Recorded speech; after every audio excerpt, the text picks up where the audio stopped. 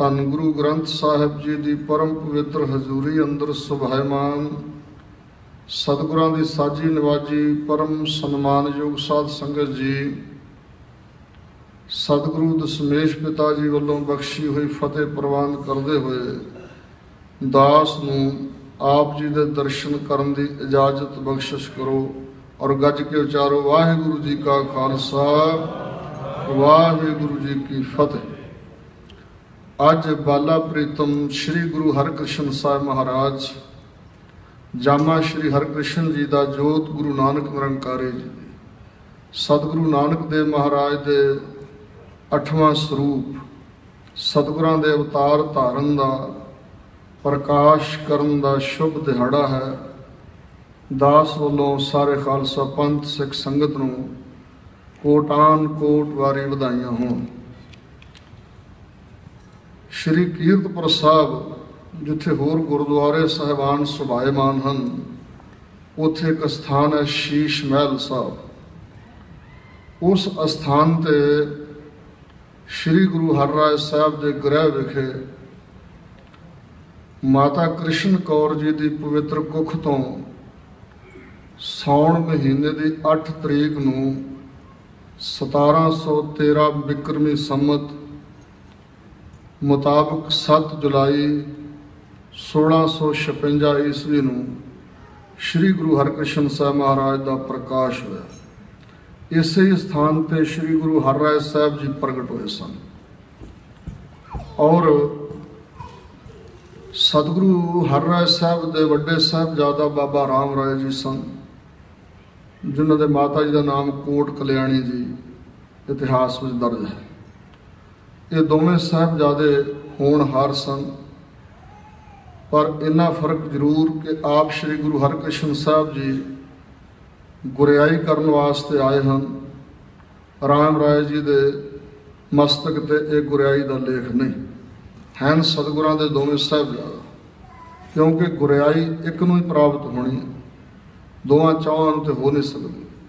ਸ਼੍ਰੀ ਗੁਰੂ ਹਰਗੋਬਿੰਦ ਸਾਹਿਬ ਜੀ ਦੇ 5 ਸਾਹਿਬਜ਼ਾਦੇ ਸੀ, ਬੜੇ ਲਾਇਕ, ਪਰ ਗੁਰਗੱਦੀ ਦੇ ਵਾਰਸ ਆਖਰ ਸ਼੍ਰੀ ਗੁਰੂ ਤੇਗ ਬਹਾਦਰ ਸਾਹਿਬ ਜੀ ਬਾਅਦ ਵਿੱਚ ਜਾ ਕੇ ਬਣੇ।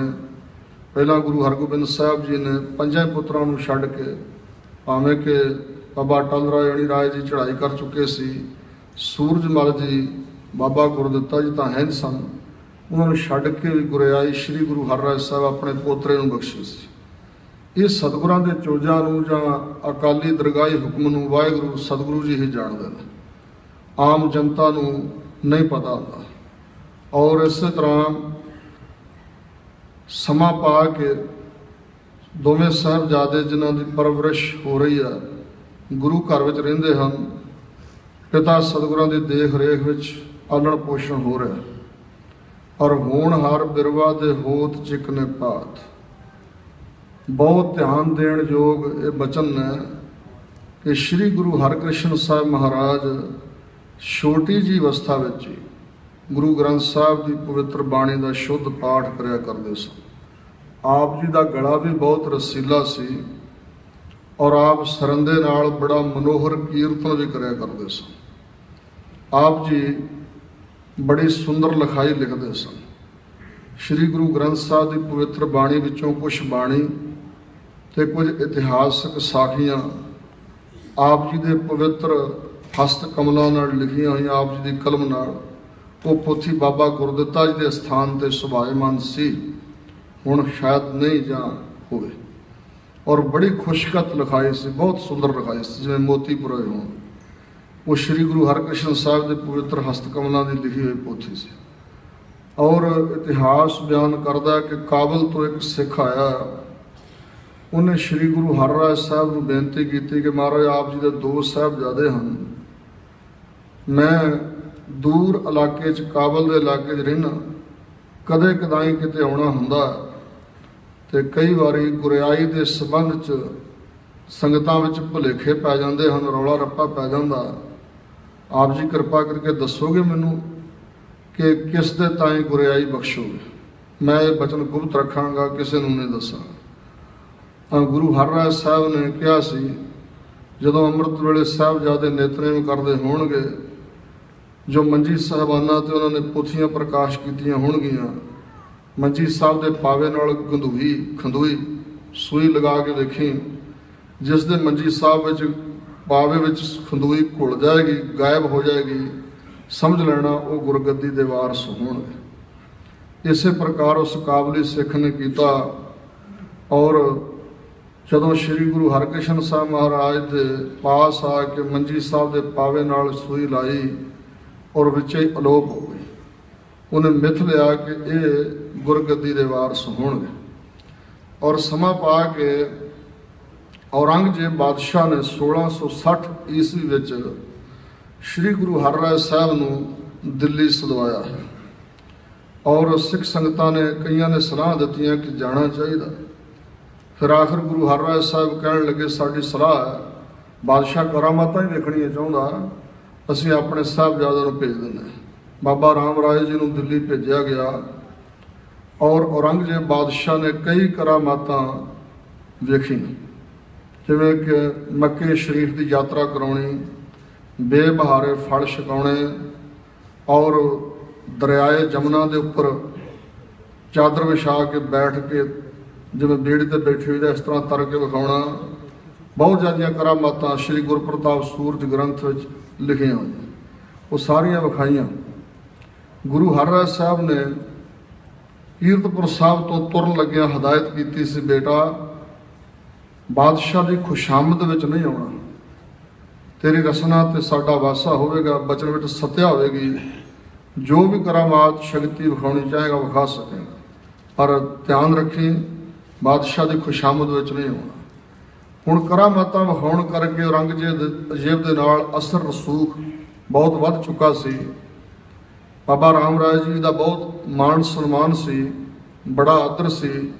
गाहे बगाहे बादशाह आप चल के आप जी नूं मिलण आउंदा सी। वखरी जगह ते डेरा कराया होया सी। रोजाना सोने दी मोहरां ते रस्तां बस्तां बाबा राम राय जी दे डेरे ते पहुंचदियां सी। आदर मान बहुत सी, बादशाह नाल रसाई सी। और इस प्रकार सहजे सहजे जिहड़े मौलवी काजी सी वो ईरखा विच सड़न लगे कि ये गुरु घर नाल बादशाह का बहुत ज़्यादा मोह प्यार वधदा जा रहा है, इस्लाम नूं खतरा है। और इस तरह के जिहड़े ठेकेदार धर्म के हुंदे ने आगू लोग इहो जिहे, ऐसियां उन्हां दे अंदर दलीलां पैदा हो जांदियां। और उन्होंने बादशाह के कन्ना च कहा भी इन्हां दे गुरु की बाणी च लिखिया होया, मिट्टी मुसलमान की पेड़ा पे घुमियार। ये तो इस्लाम का जिहड़ा दस्तूर है कि मुर्दे नूं दफनाया जाता है, उस गल नूं रद्द किया इन्हां दे गुरु ने। पुछां भला, भावें होर भी कई कुछ कन्न भरते रहे।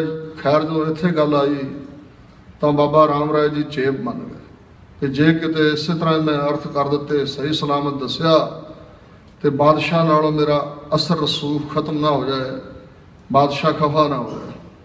उस वेले करामात विखा सकता सी, इस्लाम के लोगों दी कबरां दी मिट्टी जलती हुई विखा सकता सी, पर उस वेले काम ना किया तो जबानी जबानी गुरु की बाणी का अखर बदलिया।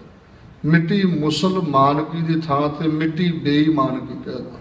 नहीं बादशाह तुहानू भुलेखा है, तुहाडे हलकारां नूं मिट्टी मुसलमान की नहीं लिखा, मिट्टी बेईमान की है। और ये खबर श्री गुरु हरराय साहब नूं कीरतपुर साहब संगतां ने पहुँचा दी।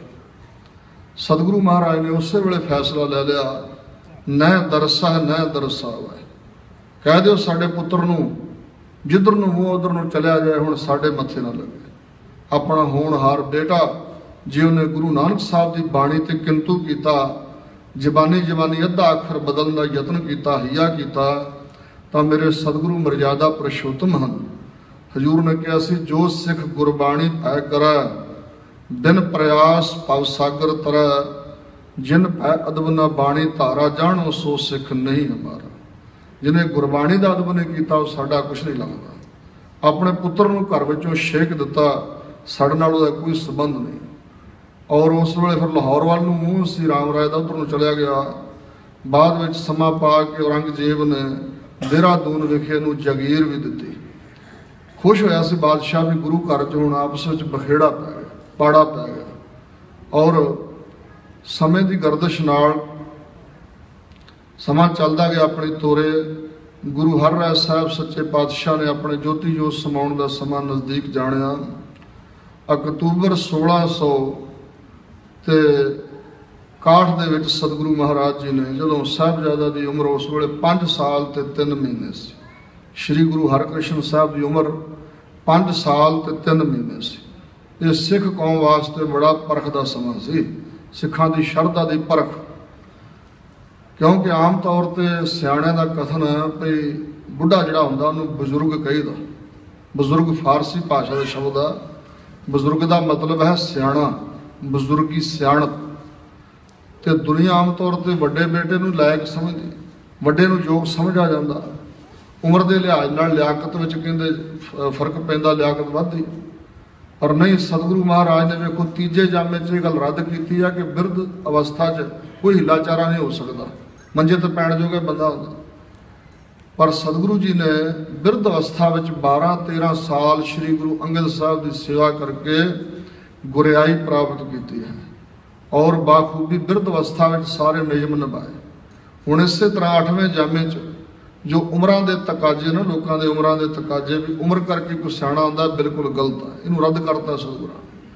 ये जिहड़ी धुरों दरगाहों अकल या धुरों दरगाहों कोई बख्शिश हुई है वो उम्रां दे लिहाज नाल नहीं वरदी, वो परमेश्वर की अपनी मौज है, जो कुछ मर्जी अकाल पुरख कर सकता है।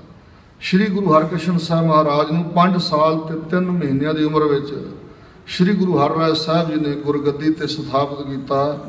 और जिथे श्री गुरु हरराय साहब नूं गुरगद्दी प्राप्त हुई सी, तख्त साहब गुरुद्वारा साहब कीरतपुर साहब, उत्थे श्री गुरु हरकृष्ण साहब नूं गुरगद्दी का तिलक लाया गया।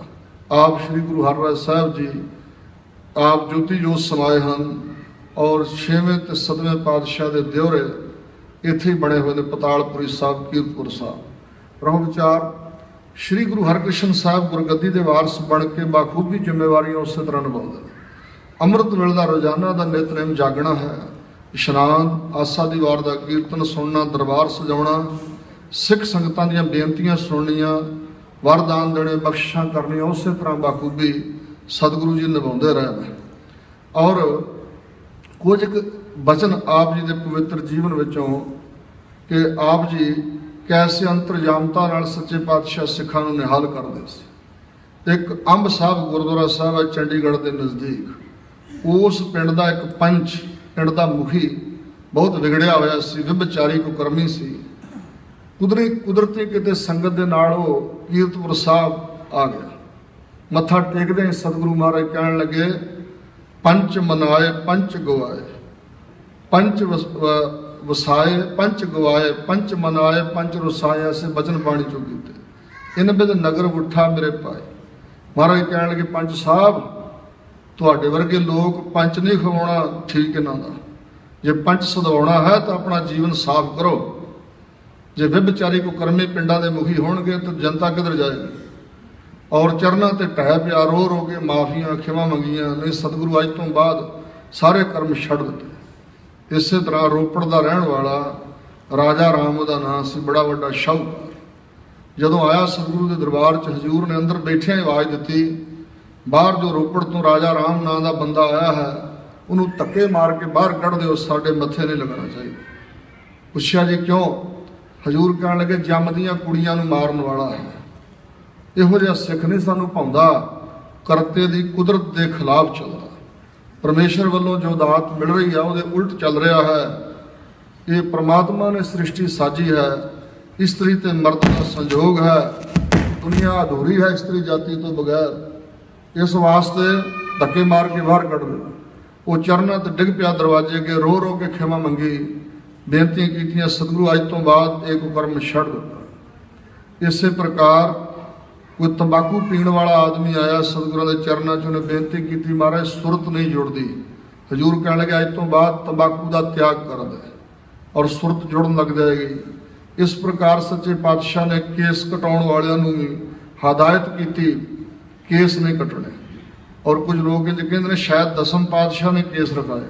नहीं, पहले जामे तो प्रचार करते आ रहे हैं सतगुरु। तुसीं कदे बटाले जाओ तो उत्थे एक हकीकत राय की समाध है। उन्होंने बड़े वडेरे हुए ने नंद लाल पुरी श्री गुरु हरराय साहब के कोल आए सी कि महाराज औलाद नहीं गां चलती, गां खानदान नहीं चल रहा, पोतरा कोई नहीं। हजूर ने कहा सी 3 बचन याद रखने, फिर कुल चलती रहेगी। एक तो जगत झूठ तंबाकू नहीं सेवना, एक केसां की बेदबी नहीं करनी, एक टोपी नहीं पहननी। ये गुरु हरराय साहिब के पवित्र जीवन के बचन। इस तरह श्री गुरु हरकृष्ण साहिब महाराज ने भी इस प्रकार की सिक्ख्या दी।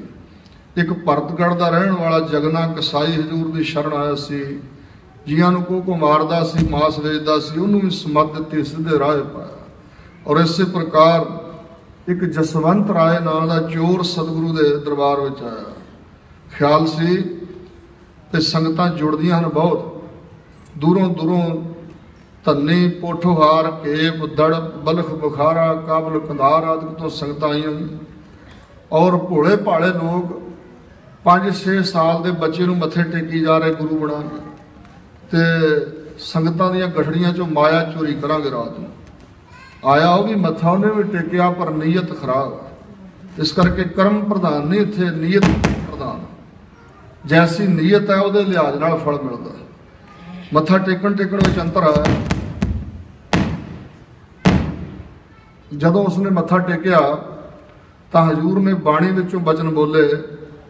हजूर कहने लगे, चोर की हम आप भरे ना कोय, चोर किया चंगा क्यों है। सजना चोर की हामी दरगाह च कोई नहीं भरेगा, जो कुछ चोर कमाउंदा वो चंगा किवें हो सकता। और फिर उन्हें दोबारा चरना ते सिर रखिया, यारो कतार रो पिया, मन ने मनु तरकार पाई, वो मना इहदे उत्ते ते हुण कुछ नहीं। जिहड़ा गुरु तेरे अंदर की गल जानदा, जदों चोरी करदा होएगा उदों गुरु वेखदा नहीं होवेगा। बस यही एक नुकता फड़न वाला। असीं कदों तो गुरु चरना चाहुंदे, पर गुरु के बचनां ते विश्वास नहीं। ना ही असीं इंज समझदे भी गुरु परमेश्वर सब कुछ जानते हैं, साडे कर्मां नूं वेखदे। बस 2 ही बचन पल्ले बन लईए भी अंदर दी भी जानते हैं ते साडे कर्मां नूं भी वेख रहे हैं, फिर नहीं माड़ा काम हो सकता। बिल्कुल जी परमेश्वर के नज़दीक हो जाएगा। जसवंत राय सी चोर, पर साथों कई दर्जे चंगा। इको ही शब्द का तीर वजा हिरदा विन्हिया गया, चरना ते डिग पिया, बचन मन ले, कहन लगा सतगुरु जी जीवन बदल गया। हुण भावें सिर वढ़ लो तो भावें जिउंदा रख लो, जिथे आउणा सी आ गया। और गुरु चरना च रह पिया, संत हो निबड़िया, गुरमुख हो निबड़िया, एक बहुत बड़ा चोर। इस तरह मेरे सतगुरु हरकृष्ण साहब सच्चे पातशाह जियां दी कल्याण करते रहे। राम राय खुणसदा सी, उसने औरंगजेब नूं कहा कि मेरे नालों भी वध करामात मेरे भराता विच है। उन्होंने गुरियाई प्राप्त हुई, किते सद के वेखता सी। और इस तरह जुगती नाल श्री गुरु हरकृष्ण साहब नूं दिल्ली सदवाया। मिर्जा जय सिंह सी उत्थे रहिंदा दिल्ली विखे, उस नूं भेजिया है, वो शरधावान सी। और उसने अगों अपने एहलकार भेजे, श्री गुरु हरकृष्ण साहब नूं बेनती की। हजूर अपने निजम मुताबिक संगतां नाल सलाह कर लगे। संगतां ने कहा भी महाराज जाना चाहिए, बादशाह है औरंगजेब, बहुत मतस्वी सुभाव का, चले जाना चाहिए, देखिए तो सही। महाराज कहने लगे संगत का बचन मन के असीं जावांगे, पर जो पिता सतगुरु हरराय साहिब ने प्रतिज्ञा की सी कि इस बादशाह के असीं मत्थे नहीं लगना, ना उन्होंने वेखना, ना उन्होंने दर्शन देने हैं, ये बचन असीं भी निभावांगे। दिल्ली जावांगे पर बादशाह नूं दर्शन नहीं देंगे। संगतां क्या महाराज आप जी मर्जी। उस वेले संगतां हैरान सी भी ये किवें हो सकता है, जे औरंगजेब दर्शन करने चाहेगा तो दर्शन क्यों नहीं देंगे। पर सतगुरु महाराज मर्यादा पुरुषोत्तम जो वचन किया निभाउणगे। सतगुरु जी दिल्ली नूं रवाना होए, पाणीपत थनेसर आदि स्थानां तो हुंदे होए अंबाले तो 5 कोह दी विथ ते एक नगर आया पंजोखरा। उत्थे मेरे सतगुरु जी ने बराजणा किया कुछ समा। फिर उत्थों संगतां नूं कहा कुछ 94 सिख ही साडे नाल दिल्ली नूं जाणगे, बाकी संगतां इत्थों वापस रवाना हो जाण। पिछों आउंदियां संगतां नूं उडिकिया, सारिआं नूं दर्शन दिते। उत्थे सतगुरु जी एक मिट्टी की ढेरी बनाउण लग पए ते एक फुੱਲ दी छटी सी हजूर दे हस्तकमलां 'च, उहदे उत्ते कपड़ा बन के सतगुरु ने उह ढेरी दे विच लकड़ी उह कढी, मानो पहला सिख कौम का निशान साहब गुरु हरकृष्ण साहब ने लाया। और आग्या की जिहड़ियां संगतां कोई मानसिक भावना लैके आईयां हन, इत्थे नमस्कार करके मुड़ जाण, इत्थों उन्हां दी इच्छा पूरी होवेगी। इस प्रकार सतगुरु महाराज ने जो ये बचन किए। और अजे उत्थे बराजे हुए सन तां एक लाल देव नां दा ब्राह्मण पंडित सी, विद्या पढ़िया होया बहुत।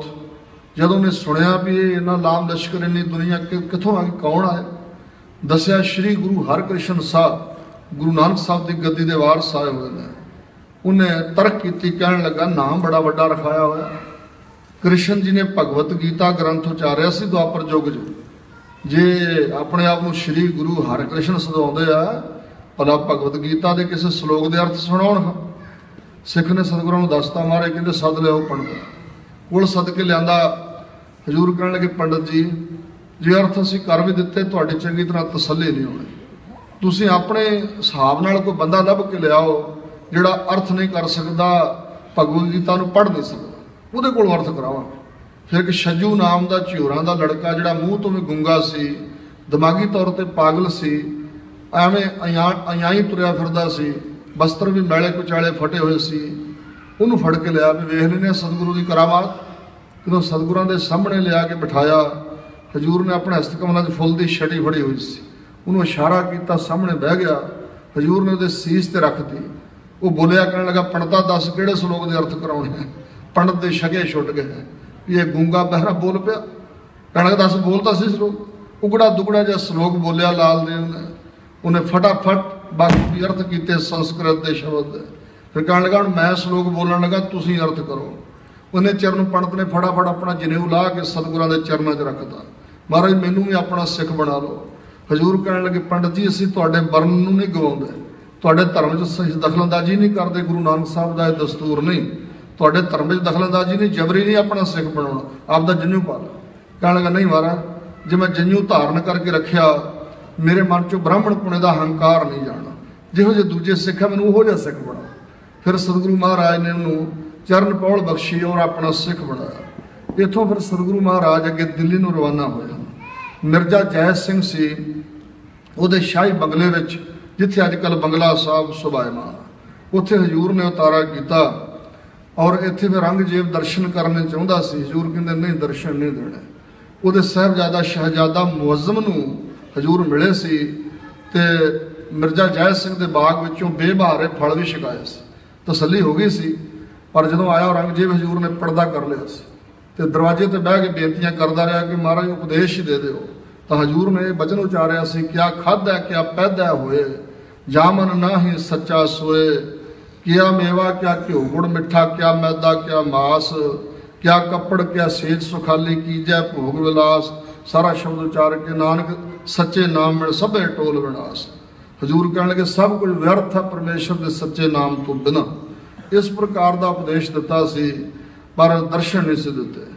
और जो हजूर ने शरीर त्यागता सी फिर औरंगजेब आया सी, हजूर ने त्यागे हुए शरीर के भी उन्होंने दर्शन नहीं सी कर दिते। और इस प्रकार की कला वरताई से उन्होंने दर्शन नहीं से होरना होंगे। रहो विचार हजूर फिर इत्थे कल्याण करते रहे, सिख संगतां आउंदियां रहियां।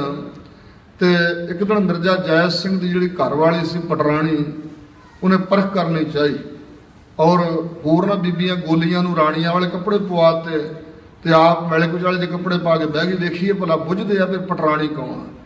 तो उस वेले उन्हें इच्छा रखी भी जे बुझ लैणगे मेरी गोदी च बहन आ गए। और सतगुरु महाराज ने छड़ी फड़ी हुई सी ते सारियां बीबियां दे सिर ते मारी जाण, तू भी राणी नहीं तू भी राणी नहीं। जिहड़ी राणी सी उहदे सिर ते रख के कहण लगे तू मैले कुचाले कपड़े काहतों पाए हुए आ, तो गोदी च बह गए। उस वेले चरणों ते डिग पे। महाराज नाराज होए, राजा तू ते तेरी राणी ने साडी परख की, पर बहुत उन्हें बेनतियां करके मसां सतगुरां नूं मनाया। और इस प्रकार फिर उत्थे चेचक की बीमारी वबा फैल गई सी दिल्ली विच। हजूर ने बंगला साहब के बाहर बारी चवच्चा साहब वो स्थान हैगा, हजूर उत्थों इशनान करते सी, कहंदे इस जल दे नाल संगतां नूं इशनान कराओ, जल छकाई चलो बीमारी हट जाएगी। इस प्रकार संगतां दा इलाज भी हजूर ने कराया, दवाइयां बूटियां, और इस तरह उन्होंने उस बच्चे का जल छकाया गया, बीमारी हटती गई। सतगुरु महाराज ने सारे लोगों की बीमारी का भार अपने सिर पर ले लिया और आप जी को वबा हो गई। आप कुछ समय बेहोशी में भी रहे। माता जी बहुत विराग कर लगे, सिख संगतां विराग कर लगियां। और फिर सतगुरु मिर्जा जय सिंह के बंगले चो उठ के ते यमुना के किनारे जा बराजे। और फिर जो हालत वेखी कि आप शरीर त्यागण वाले वचन भी कर देते असीं जा रहे हैं। और उस वेले बेनती की सिखा ने, महाराज सानू हुण किहदे लड़ ला चले हो। तो सतगुरु महाराज ने जिहड़े वचन किए, भाई संतोख सिंह लिखते हैं, बाबा बसह जे ग्राम बकाले, बन गुर संगत सकल संभाले। और हजूर ने 5 पैसे ते नलीर मंगाया। अपने हस्त कमलों ते रख के ध्यान द्वारा परिक्रमा कीतियां और भाई दरगाह मल जी, भाई उदा जी आदि गुरसिख उत्थे सी। बाबा बुढ़ा दी बंस विचों एक भाई गुरदित्ता जी होए ने, वो भी उत्थे सन। इस प्रकार उन्होंने सिखां नूं 5 पैसे लेर दे के कहा सी साडे बाबा जी, क्योंकि उन्होंने दादा जी सन बाबा गुरदित्ता जी। बाबा गुरदित्ता ते भरा हन श्री गुरु तेग बहादुर साहब। होर कोई खानदान विचों बाबा लगन वाला बकाले नगर नहीं सी, केवल गुरु तेग बहादुर सन ते वही बाबा जी लगते सी। इस करके कहता बाबा बकाले है, वो गुरियाई संभालणगे, उन्हां कोल जाके ये सारियां चीज़ां दे देणी।